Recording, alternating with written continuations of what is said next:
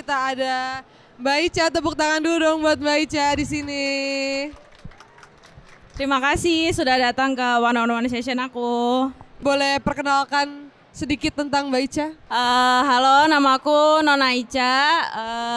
Karyaku yang baru-baru ini keluar adalah Sekawan Limo, tayang kemarin bulan Juli dan sekarang udah bisa kalian tonton di Netflix. Nah, Mbak Ica ini sebenarnya sejarah menjadi penulis gimana sih? Kalau awalnya sebenarnya dari kecil emang udah suka nulis.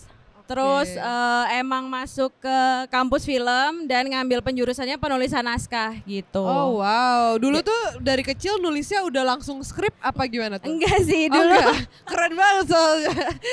pas kecil belum tahu ya skrip tuh apa gitu. Pas kecil lebih ke nulis puisi, cerpen gitu. Diary gitu gak sih? Iya, itu dimulainya dari diary sih kayaknya. Sama aku juga loh. Iya, itu kan juga. Jadi kebiasaan nulis tiap hari, betul, menuangkan pikiran gitu-gitu. Iya. Jadi itu ngebantu juga ya untuk belajar. Iya, menulis. ngebantu banget. Iya. Jadi film Sekawan Limo nih gimana kemarin tanggapan dari orang-orang? Ya alhamdulillah sih seneng ya, ketika nulis tuh juga aku sambil ketawa-ketawa juga dan akhirnya pas nonton orang-orang nonton filmnya semua pada bisa ketawa juga, itu kayak seneng banget kan akhirnya apa yang aku tulis tersampaikan ke penonton gitu. Betul. Nah untuk proses menulis Sekawan Limo tuh gimana Mbak prosesnya? Semua skrip yang aku tulis kurang lebih sama ya prosesnya. Jadi biasanya director atau yang lain gitu punya ide cerita. Terus habis itu diskusi sama aku, kita akhirnya ngembangin cerita itu gitu. Nah, sementara kalau aku kan kayak tipe penulis yang karakter base ya gitu. Jadi kalau ada ide cerita yang aku gali pertama itu adalah karakter-karakternya dulu, baru nanti berkembang ke plot dan yang lainnya gitu. Biasanya orang nulis kayak ada caranya masing-masing gitu. Kalau di sekolah film juga mereka punya tekniknya masing-masing. Kalau Mbak Ica ini teknik menulisnya gimana sih? Kalau kayak di teori dasar penulisan naskah ya pasti ada kayak 3 babaknya dari Aristoteles kan.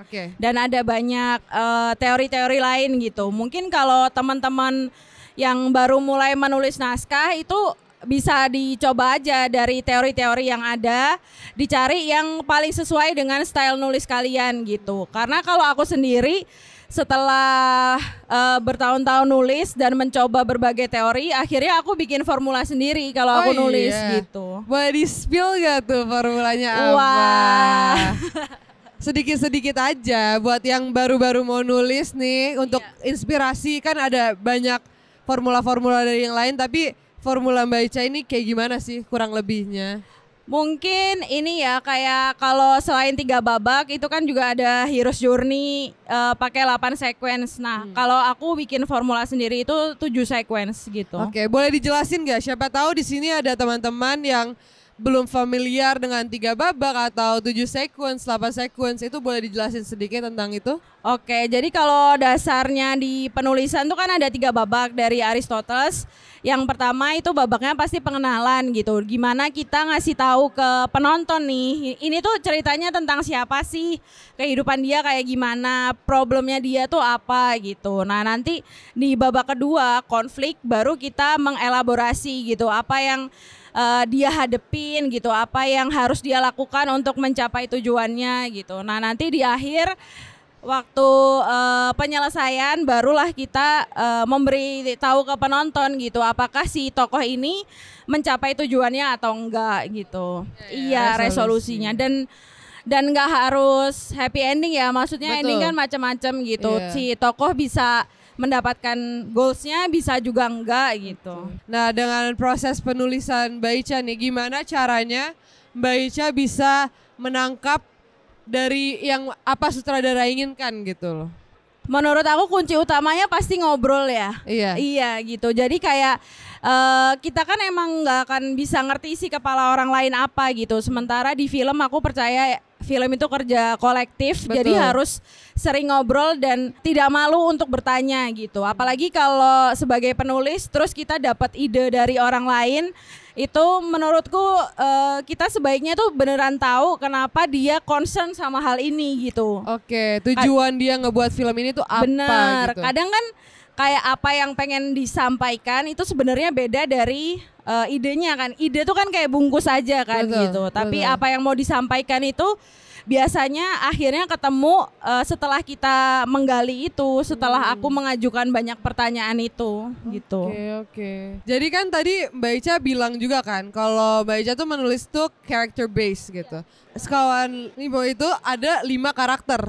Nah, coba bisa jelasin sedikit tentang 5 karakter itu nggak sih? Waktu itu yang dari idenya Bayu yang oke, ada 5 orang naik gunung tapi yang satu adalah setan gitu kan. Nah untuk menentukan siapa yang setan ini pun aku bikin si 5 karakternya ini gitu. Kayak oke, kita tahu ada Bayuska akan main sebagai Bagas gitu yang akan mengambil sisi romansnya gitu. Nah ceritanya kan dari POV Bagas nih gitu, dan di mana cerita naik gunung ini mereka itu ketemu dengan orang asing kan, yang Bagas kenal kan sebenarnya cuma Lenny gitu. Cuma Lenny doang. Makanya aku udah mikir kayak oke, aku harus desain karakter yang dia itu bisa gampang welcome sama orang baru gitu.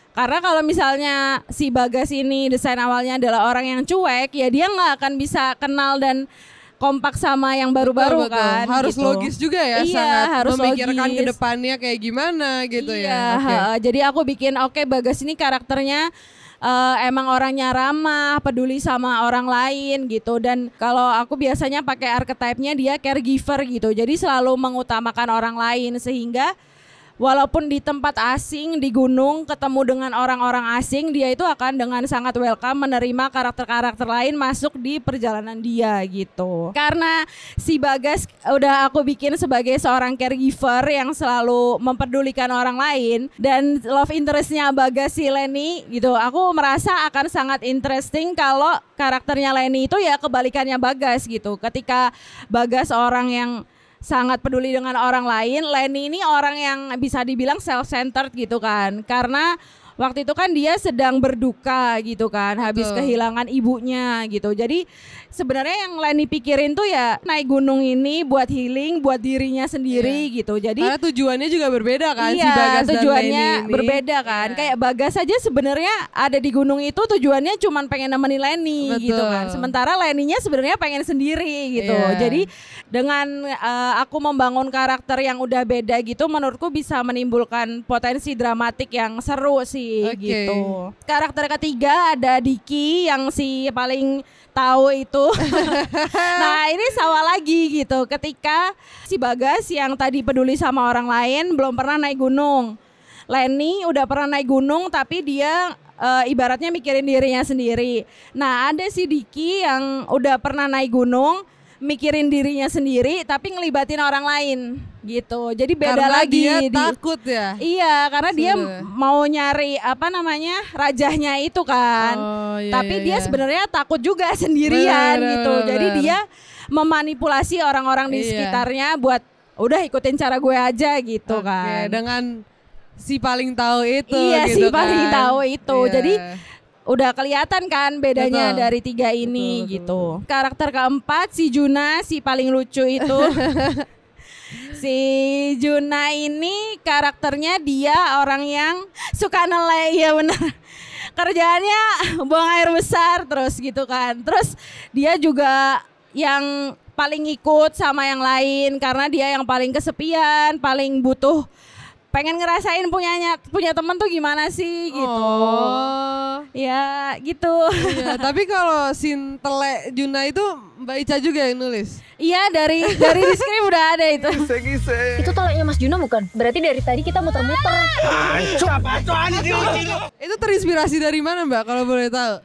Jadi awalnya inspirasinya tuh sebenarnya karena kalau kejadian pendaki terus nyasar di gunung itu kan udah sering kan. Aku juga research ke teman-teman Mapala gitu, kayak mereka sering tuh misalnya mau naik atau mau turun tuh muter-muter di satu tempat terus gitu.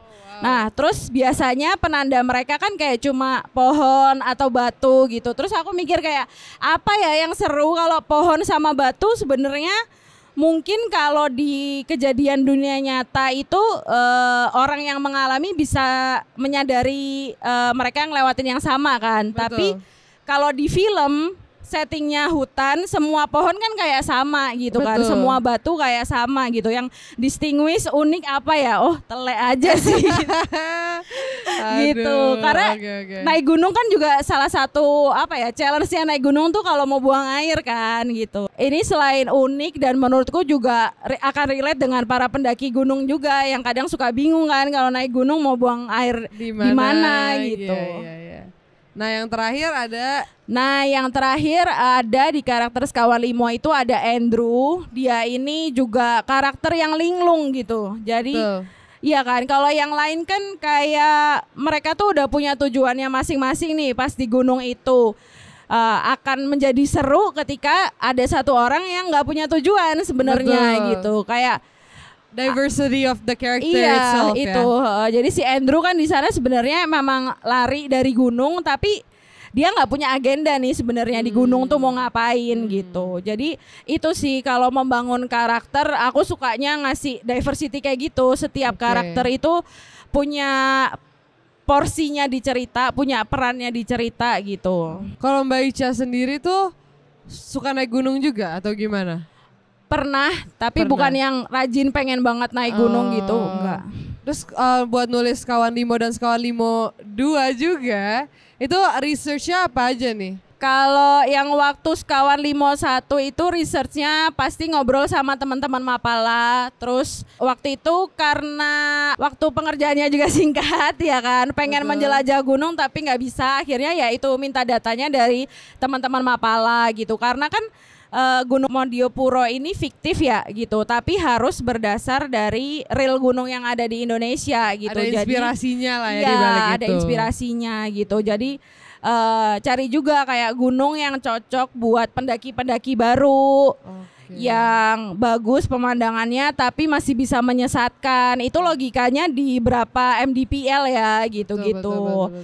Terus selain itu juga research ke PMI dan Basarnas juga gitu. Oh, Karena karena ada scene iya, itu. karena si Juna kan juga kisahnya adalah orang yang hilang dan meninggal di gunung kan. Iya. Itu kan kayak berapa lama berarti mayat Juna bisa bertahan dengan Betul, cara betul, apa. Itu aku cari tahu semua dari Basarnas waktu itu. Karena itu harus believable, apalagi horor ya. Kalau misalkan horor, terus kita tahulah ceritanya ini udah ngasal gitu. Kita Iya. jadi nggak takut karena itu nggak feel real gitu. Iya, Kita nggak bisa iya. relate ke situ. Tapi kalau misalkan, wah bener nih, ini semua logisnya nyambung, itu bisa jadi lebih menakutkan juga kan untuk orang-orang. Iya, kan. iya. Kalau teman-teman ingat di film Sekawan Limo ketika mereka terjebak muter-muter selama seminggu itu kan kayak udah ada dialog-dialog juga bahwa apa ini jangan-jangan kita tuh dehidrasi sehingga halusinasi ya Iya, gitu. iya, Karena iya. secara logis dan saintifik pun itu bisa terjadi Betul, kan betul. gitu. Apalagi mereka juga kekurangan makan. kurang makan, Iya. kurang minum, cuman makan belalang tuh kan, paha kanannya belalang kan. Jadi Iya, ya iya, gitu. iya, iya. Kayak walaupun kita menulis cerita fiksi tapi ya harus berdasarkan riset dan data yang real sih supaya bisa meyakinkan penonton juga kan Betul. gitu. Keren banget. Sekarang ini pertanyaan terakhir dari aku sih. Boleh gak? Boleh dong. Aku pengen Mbak Ica kasih saran buat orang-orang di luar sana, mungkin penulis-penulis baru yang mau nulis tapi takut, yang mau memulai tapi takut, mereka tuh harus gimana Mbak? Pesan untuk teman-teman yang mau nulis gitu ya, yang masuk terjun ke dunia penulisan, gimana caranya melawan rasa takut waktu menulis itu mungkin bisa berangkat dari ide-ide yang dekat dengan kalian gitu. Sebenarnya nggak dekat nggak apa-apa, tapi ide yang menggelitik gitu, yang bikin kalian resah gitu.